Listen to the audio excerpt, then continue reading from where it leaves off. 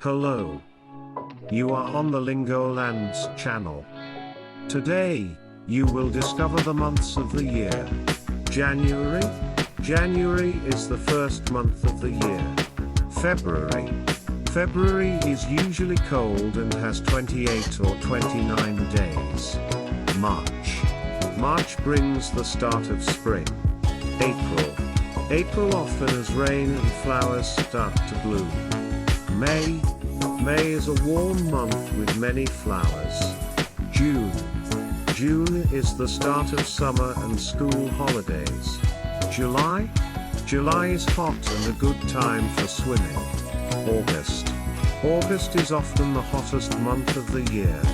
September. September is when school starts again. October. October has cooler weather and Halloween. November.